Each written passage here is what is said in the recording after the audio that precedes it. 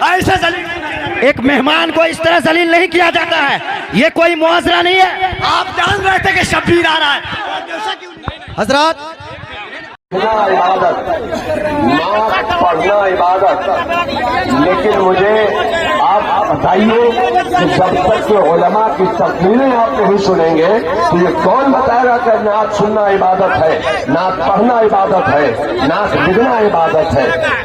علماء کی تقریریں سے ایمان سلامت ہوگا، عقیدہ محفوظ ہوگا، تو علماء کی تقریر سننا پہلے، نعت سننا یہ بعد میں۔ نعت بھی پڑھی جائے گی اور تقریر بھی کی جائے گی۔ آپ لوگ بڑے اطمینان کے ساتھ تشریف رکھیں۔ حضرت مولانا شہریار رضا صاحب کا خطاب نایاب دستیاب ہوگا انشاءاللہ۔ بیٹھ جائیں۔ حضور کی طریقت علامہ مولانا توصیف مظفر خان صاحب کی حضرت اعلیٰ حضرت کے شہزادے ہیں، انہوں نے یہاں آنے کے بعد آپ کو نصیحت کی کہ نعت کی ہو، مگر تقریر سب سے پہلے میں نے آپ کی ان اداؤں کی وجہ سے مجھ کو ناراضگی ہوئی، کیونکہ تقریر نہ سننے کے بعد سارے لوگ ایک بیٹھ کھڑے ہو گئے، یہ جلسے کی توہین ہے، ہمارے علاقے کی توہین ہے۔ اس لیے یہ جلسہ ہے، سیرت کی محفل ہے، اصلاح ایمان و عمل کانفرنس ہے۔ اب ذرا تھوڑی دیر میری گفتگو سنیں، اس کے بعد دستار بندی کا منظر ہوگا اور حضور پیر طریقت کا خطاب نایاب ہوگا۔ اللہ تبارک و تعالی ہمارے علاقے کے سارے مسلمانوں کو اپنے علماء کی قدر کرنے کی توفیق عطا فرمائے۔ میں نے کہا تھا نا کہ ہماری بے عزتی ہوتی ہے، ہماری توہین ہوتی ہے، ہمارے جلسے کا وقار مجروح ہوتا ہے، ہم لوگ چاروں طرف سے گھرے ہوئے ہیں بدعقیدوں کے بیچ میں، ہمارا کل مذاق اڑایا جائے گا، ہمارے جلسے کا مذاق اڑایا جاتا ہے، تو ہمیں صرف آپ کی ان اداؤں کی وجہ سے تکلیف ہوتی ہے کہ میں نے کہا نا جس طرح آپ نے نعت سنی تھی اسی طرح بیٹھ کے آپ 1 گھنٹے کی تقریر سن لیتے تاکہ پورے ہندوستان کے لوگ جانتے کہ وہاں نعت بھی سنی جاتی ہے اور تقریر بھی ہوتی ہے۔ اب ذرا غور سے سنیے، ہمارے تعلق سے قرآن شریف میں کہا گیا ہے کہ کنتم خیر امہ، تم بہترین امت ہو، لوگوں کی طرح بھیجے گئے ہو، تمہاری ڈیوٹی ہے خود نیک بننا، دوسروں کو نیک بنانا، تمہاری ڈیوٹی ہے خود برائیوں سے بچنا، دوسروں کو برائیوں سے بچانا۔ یہ ہماری کوالٹیز کو قرآن شریف میں بیان کیا گیا ہے کہ you are the best community, تم بہترین امت ہو۔ اور بہترین کیوں ہو؟ اسی لیے ہو کہ تمہارا کام ہی ہے نیک بننا، دوسروں کو نیکی کا پیغام دینا۔ تمہاری ذمہ داری ہے خود برائی سے بچنا اور دوسروں کو برائی سے بچانا۔ دوسرے لوگ کھانے پینے پیدا ہوئے، دوسرے لوگ موج مستی کرنے پیدا ہوئے، دوسرے لوگ شراب پئیں، بدکاری کریں، سود کھائیں، اس سے کیا مطلب ہے؟ اس کو مرنے کے بعد حساب کتاب کا کوئی خوف ہی نہیں ہے۔ یہ ساری باتیں ہم مسلمانوں کو سوچنا ہے۔ سرکار دو جہاں کی حدیث ہے کہ لا تزول قدم عبد حتی یسأل عن اربع، آقا فرماتے ہیں کہ قیامت کے دن بندے کا پاؤں اپنی جگہ سے 1 انچ نہیں ہٹے گا، 1 انچ نہیں ہٹے گا جب تک کہ 4 چیزوں کا اس سے سوال نہ ہو جائے، جب تک کہ 4 چیزوں کا اس سے سوال نہ ہو جائے۔ سب سے پہلا سوال ہوگا ان عمرہ فیما افنا، یعنی اپنی یہ قیمتی زندگی تم نے کس کام میں گزاری۔ یہ تو ہر مسلمان کو سمجھنا ہوگا کہ ہم اپنا بہومولیہ جیون سر سے لے کے پاؤں تک مہاسنکھوں روپے سے زیادہ قیمتی پارٹس اللہ نے دیے۔ جو لوگ گونگے ہیں، بات نہیں کر سکتے، ان کو دیکھنے کے بعد اپنی زبان کی اہمیت سمجھیں۔ جو لوگ اندھے ہیں، دیکھ نہیں سکتے، ان کو دیکھنے کے بعد اپنی آنکھ کی اہمیت سمجھیں۔ جو لوگ پاگل ہیں، سمجھ نہیں سکتے، ان کو دیکھنے کے بعد اپنی عقل کی اہمیت سمجھیں۔ جس کے پاس ہاتھ نہیں ہے وہ لوہے کو دیکھ کر اپنے ہاتھ کی اہمیت سمجھے۔ جو لوگ لنگڑے ہیں، جو چل نہیں سکتے، ان کو دیکھنے کے بعد اپنے پاؤں کی اہمیت سمجھیں۔ جو اربوں میں کھیلنے والے 2 روٹی کھا کے پچا نہیں سکتے، ان کو دیکھ کر 10 روٹی کھانے کے بعد پچانے کی جو مشین اللہ نے پیٹ کی شکل میں دی ہے اس کا مہتو سمجھیں۔ حضور فرماتے ہیں قیامت کے دن ان ساری نعمتوں کے بارے میں سوال ہوگا۔ تم نے اپنے پاؤں کا کیسا استعمال کیا؟ تم نے اپنی زبان کا کیسا استعمال کیا؟ تم نے اپنے ہاتھ کا کیسا استعمال کیا, تم نے اپنی آنکھ کا کیسا استعمال کیا. ساری زندگی کے بارے میں سوال ہوگا, ناچ تماشے میں زندگی گزاری یا قرآن کی تلاوت میں گزاری؟ تم نے صرف وقتی لذت کی خاطر تم نے انجوائے کیا یا تم نے رات میں تہجد کے وقت اٹھ کے اللہ کے خوف سے آنسو بہایا؟ یہ سوال ہوگا ساری نعمتوں کے بارے میں. یہ قیمتی زندگی کس کام میں گزاری؟ ہمیں مشرکوں کے ناچے گانے سے کوئی اعتراض نہیں, ہمیں یہود و نصارہ کی ناچ گانے سے کوئی اعتراض نہیں ہے, ہمیں بدھ اور جین کے ننگے رہنے سے کوئی اعتراض نہیں ہے. ہمیں صرف مسلمانوں سے کہنا ہے کہ ہمارے پیغمبر نے کہا ہے کہ قیامت کے دن 1 انچ اپنی جگہ سے ہٹ نہیں پاؤ گے جب تک کہ 4 سوالوں کا جواب نہیں دے دو.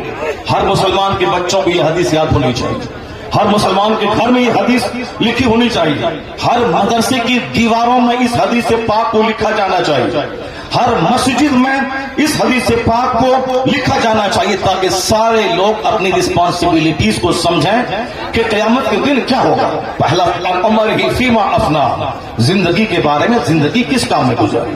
دوسرا سوال ہوگا ان شباب ہی, جوانی کے بارے میں کہ تم نے جوانی کس کام میں گزاری.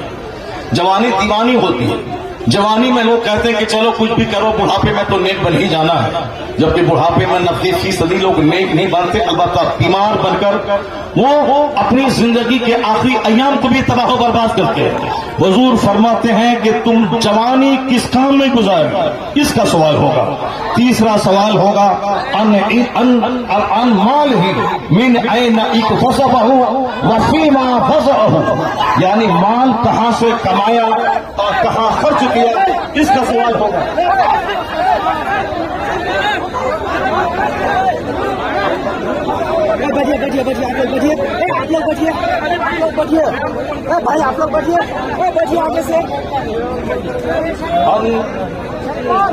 معلوم ہے نبی اعلیٰ حضرت بیٹھے ہوئے, شہزادے اعلیٰ حضرت بیٹھے ہوئے, ادب کرنا ڈسپلین یہ ہمارا فرض ہونا چاہیے. بھائی کی آواز تو حضرت دے رہے ہیں کہ آپ بولتے رہیے. بیٹھ جاؤ بیٹھ جاؤ بیٹھ جاؤ بیٹھ جاؤ.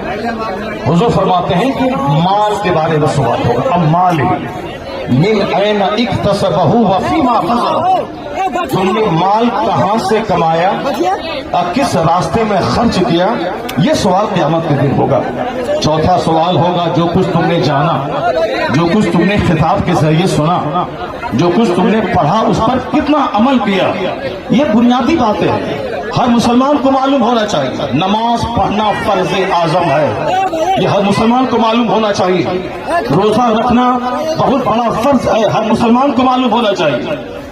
جلسہ کرنا فرض نہیں ہے, وہ تو دینی تعلیم کا ایک ذریعہ ہے کہ رات بھر میں نے سال بھر میں نے کیا کیا, بس اسی ہماری کارکردگی کو لوگوں کے سامنے رکھ دینا ہے کہ ہم نے سال بھر تک آپ کی زکوٰۃ, آپ کے خیرات, آپ کی خیرات, آپ کے صدقات کا کیا ہم نے استعمال کیا. وہ اسی لیے ہے, نعت پاک پڑھنا اسی لیے ہے تاکہ ہمیں مصطفیٰ سے محبت ہے, ورنہ صرف نعت پاک پڑھنا ہی ہماری غرض و غایت نہیں ہے. ہمارا مقصد حیات ہے اللہ کی عبادت کرنا. اللہ کی عبادتوں میں قیامت کے دن یہ سوال ہی نہیں ہوگا کہ تم نے نعت پڑھی یا نہیں پڑھی. سب سے پہلا سوال ہوگا, حضور فرماتے ہیں ان اول ما یحاسب بہ العبد یوم القیامۃ الصلاۃ, قیامت کے دن سب سے پہلا سوال نماز کا ہوگا. فاتحہ اچھی چیز ہے مگر نماز اس سے بڑی چیز ہے.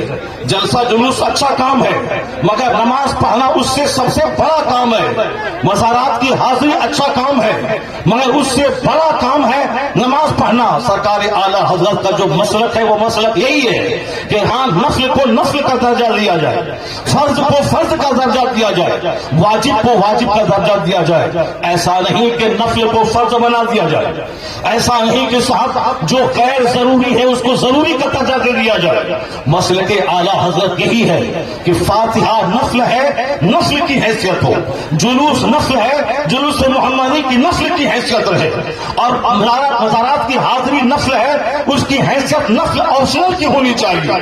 سب سے پہلا جو فرض اعظم ہے وہ نماز ہے, فرض اعظم نماز ہے. دوسرا سب سے بڑا فرض وہ روزہ ہے. ایک فرض اعظم زکوٰۃ زکوٰۃ ہے، ایک فرض حج ہے. یہ بیسک چیزیں ہیں. قیامت کے دن سوال نماز کا ہوگا، قیامت کے دن سوال روزے کا ہوگا، قیامت کے دن سوال حج کا ہوگا، قیامت کے دن سوال زکوٰۃ کا ہوگا، قیامت کے دن سوال اخلاق کا ہوگا، قیامت کے دن سوال فرائض و واجبات کا ہوگا. نوافل کو سوال نہیں ہوگا. اگر نوافل فرض کے ساتھ مل جائیں تو پھر اس کا درجہ اور بلند ہو جائے گا. لیکن فرض کو چھوڑ کر نفل بے وزن ہے، فرض کو چھوڑ کر نفل خس و خاشاک کی طرح ہے. تو جو کہتا ہے کہ فاتحہ حرام ہے وہ مسگائیڈ ہے. جو کہتا ہے کہ جلوس محمدی حرام ہے وہ گمراہ ہے. جو کہتا ہے کہ اولیاء صالحین کے آستانے پہ جانا ضروری نہیں ہے، فرض واجب نہیں ہے، وہ جانا گناہ ہے، ناجائز ہے، وہ بھی گمراہ ہے. اور جو یہ کہتا ہے کہ صرف نماز پڑھے درگاہوں پہ جانا نہیں، وہ بھی مسگائیڈ ہے. اور جو یہ کہتا ہو کہ صرف فاتحہ پڑھے نماز ضروری نہیں ہے،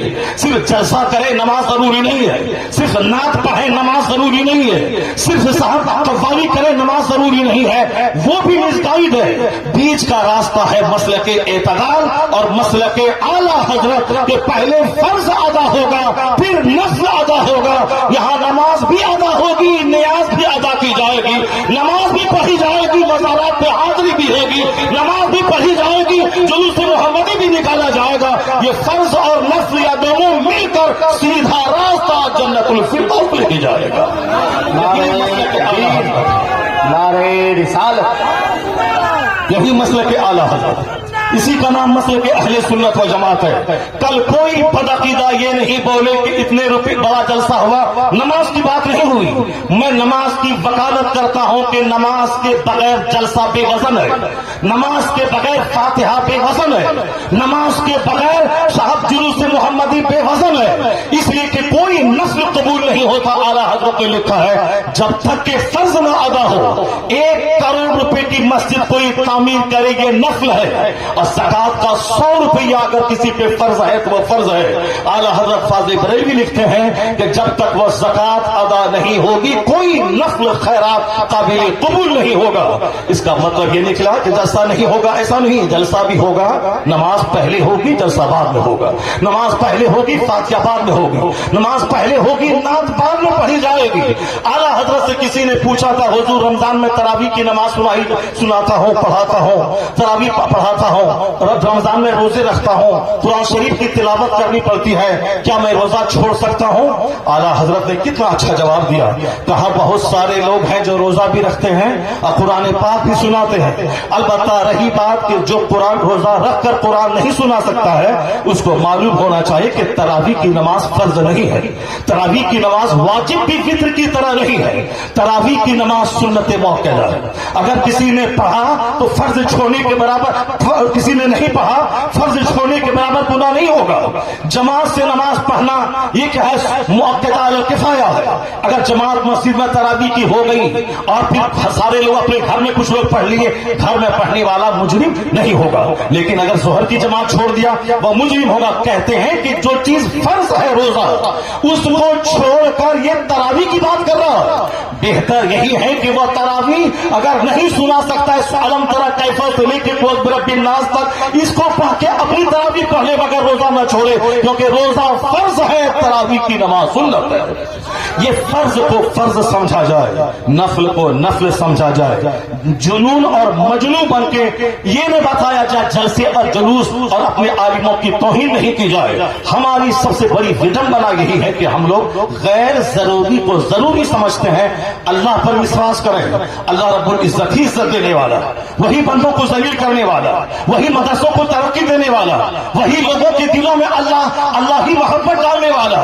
بے شمار لوگوں نے بڑے بڑے جلسے کیے، مدرسے میں تعلیم نہیں ہوئی، وہ مدرسہ اجڑ گیا. میں نے مختصر سی زندگی میں اس کو دیکھا ہے. لیکن جن لوگوں نے محنتیں کی 5 سال کے بعد جلسہ کیا اور اگر اچھے عالم اچھے حفاظ کو انہوں نے دیا، اس کے پاس بچوں کے رکھنے کی جگہ نہیں ہے. اتنے بچے ہیں کہ وہ رکھ نہیں سکتا ہے. اصل کوالٹی علم کی ہے، اصل کوالٹی ہے آپ بچوں کو اچھی تعلیم دیجیے، ایجوکیشن دیجیے، نہ کہ بہت بڑی بھیڑ بھاڑ جھا کر کے اور اپنے مدرسے کو فروغ دیے. مدرسہ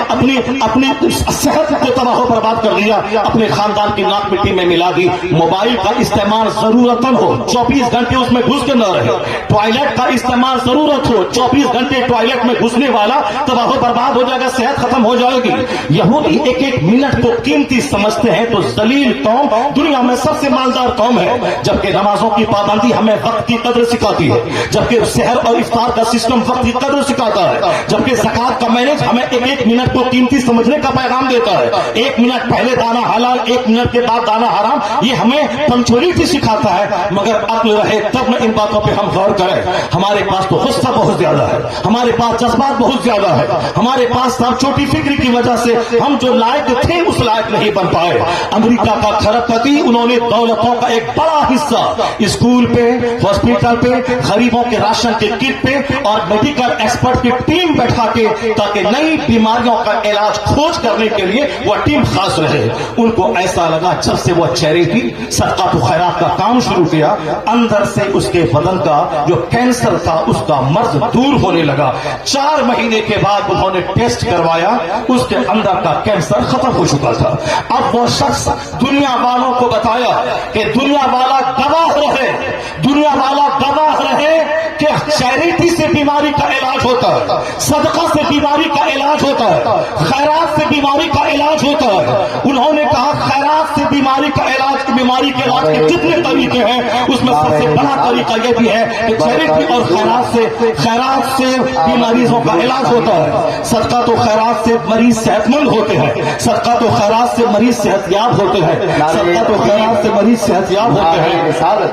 انہوں نے ساری دنیا کو بتایا. ہمارے شیخ آ گئے, ایک دوسرے شیخ کی آمد ہو گئی جو برکاتی خانوادے کے شیخ ہیں, وہ آ گئے اور شہزادے اعلیٰ حضرت یہاں بیٹھے ہوئے ہیں. بس میری گفتگو ختم ہونے والی ہے, اس کو غور سے سنیں گے تو ہم پورے ہندوستان میں جاتے ہیں, پورے مسلمانوں کا درد سینے میں موجود ہے, کہاں کیا حالات ہیں وہاں اس حالات کا مشاہدہ کرتے ہیں. تو ہم اپنے غصے کے مظاہرے کے لیے نفس کی تذکیر کی خاطر نہیں دیتے ہیں, صرف ملت کے لیے, قوم کے لیے, مسلک کے لیے ہم اپنے لوگوں کے سامنے اپنی کمزوری بیان کرتے ہیں. ذرا غور سے سنیں. جب انہوں نے کھرب پتی نے کہا کہ میرا مرض اچھا ہوا, علاج کے جتنے طریقے ہیں, ایلوپیتھک, ہومیوپیتھک, صاحب جڑی بوٹی, آیوروید, میں سب طریقے ہیں علاج کے, مگر صدقہ تو خیرات علاج کا ایک زبردست طریقہ ہے. تو جو بات جان ڈی راک فیلر نے آج کہی, یہی بات مصطفیٰ نے 1400 سال پہلے کہی تھی کہ داؤ مرضاکم بالصدقہ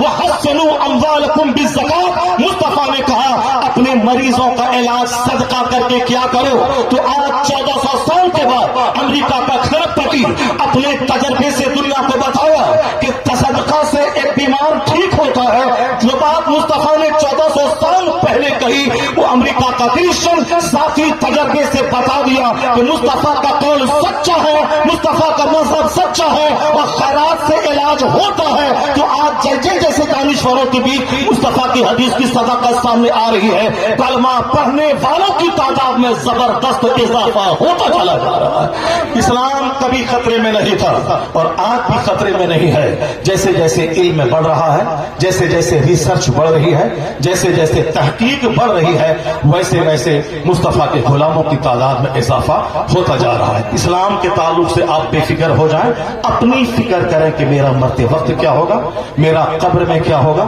میرا حشر میں کیا ہوگا, کل اگر میں مر گیا تو میرا کیا ہوگا. اسلام کے بارے میں زیادہ فکر کرنے کی ضرورت نہیں ہے.